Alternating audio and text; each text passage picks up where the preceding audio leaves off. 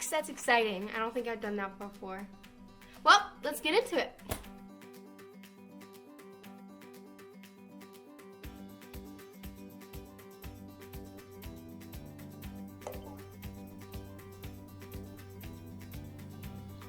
Alright, the first book I read this month, my best friend Lily lent to me, and I feel a little guilty about it now, because I persuaded her to lend it to me.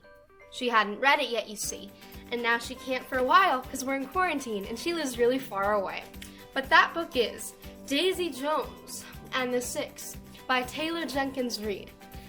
First of all, I'm stoked for this to be a TV show, but this book is written as one big giant interview of a fictional 70s band based on Fleetwood Mac. It has forbidden romances. It has healthy relationships, which is rare in contemporary literature. It has really strong female leads. I hate saying that because of that one article that was on Emma Watson's Instagram, I think. I don't have Instagram, but I read the article by Bryn something or another about how she doesn't want to be the strong female lead, and it was so empowering. I don't know what other word to use though. So Daisy, very strong lead. Love her so much. By strong, I mean she's an actual human. She's not two-dimensional, she's very complex, but you don't know who the interviewer is the whole time until the very end, and you will be shocked. So give it a shot. Oh, I also read, okay, I don't have this one with me right now. I lent it to my best friend, Madeline, and she is reading it at the Mo, but I also read The Seven Husbands of Evelyn Hugo by Taylor Jenkins Reid. And oh my gosh, I loved it. I almost loved it as much as Daisy Jones and the Six. Again, she's so good at character. Like, these are people I can imagine being real. Like, I see them as I'm reading. They're like hovering over my shoulder, and that's cool. So Evelyn is a great character. Her other characters, just like the Seven Husbands themselves, the true love interest. No spoilers. She's amazing. I guess that was a spoiler. What can I say? Also, the ending, again, like there's something in it I did not expect. It's amazing. Check it out. ASAP. Pronto. LOL. Next, Everything I Never Told You by Celeste Ng. I did a full video on this. Please check it out. I will try to figure out how to link it above. YouTube is new to me. I will try. Phenomenal. 5 out of 5.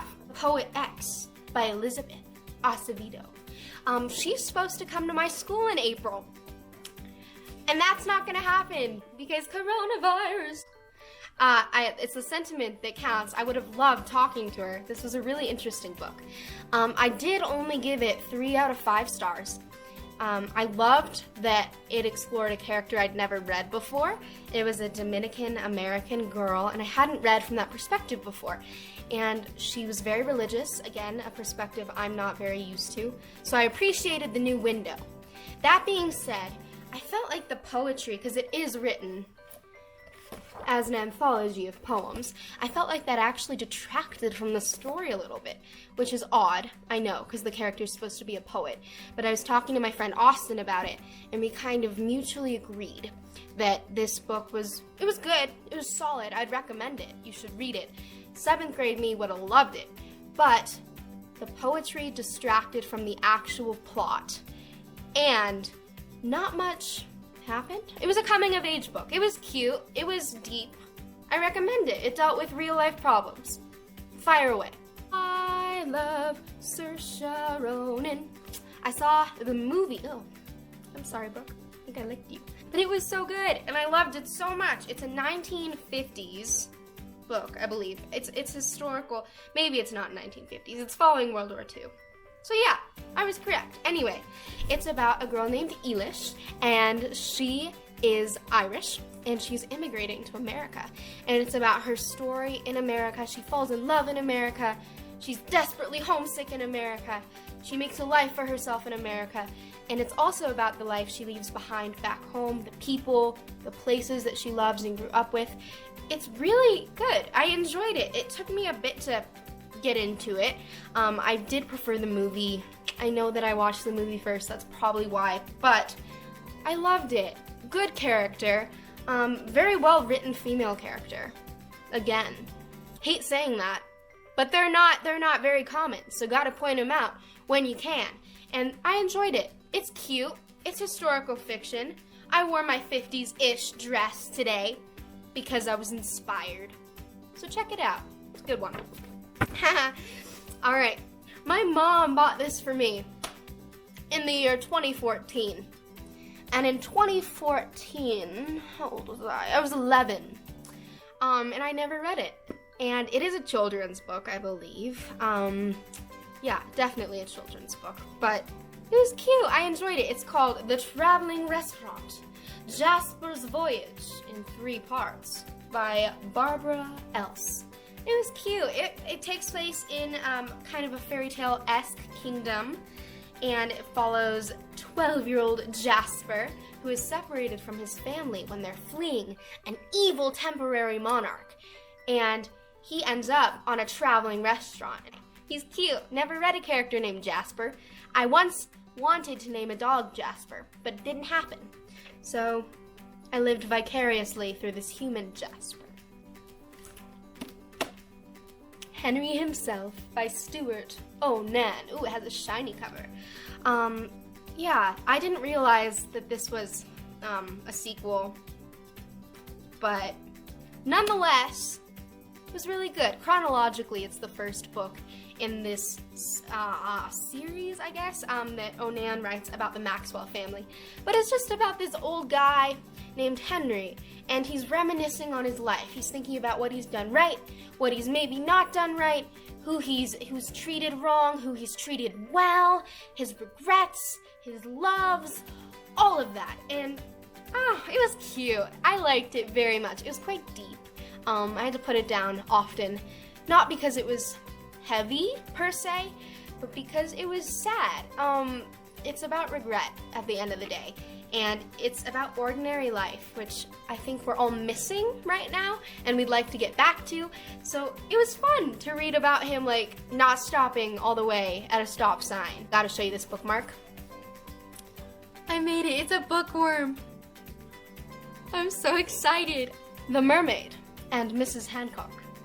First off, beautiful writing. Gorgeous, stunning. It's really long though. That was one thing that I had a problem with. I'm usually okay with long books, but this one I felt dragged on or oddly needed to be longer. It didn't resolve itself fantastically.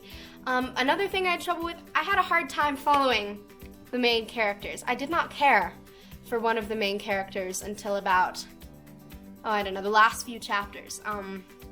But at the end of the day, it was a good book.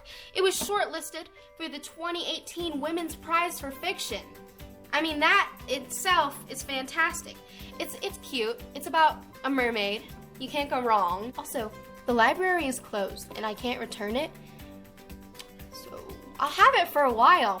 Now, allow me to find the page in my bullet journal that I ought to have bookmarked of the books that I read this month, but don't have in my possession at the moment. We already talked about The 7 Husbands of Evelyn Hugo. We have not talked about Eleanor Oliphant is completely fine here. Let me try to show you my little drawing of the cover. There you are. I really liked this book. This is another one that Madeline is borrowing at the moment. It was so fun. The main character is hilarious. At one point, she says that this one random person isn't chewing gum, but looks very much like a gum chewer, and I died. She's just a funny, quirky character. She's had a hard life. This is about friendship. You don't get platonic friendships very much either.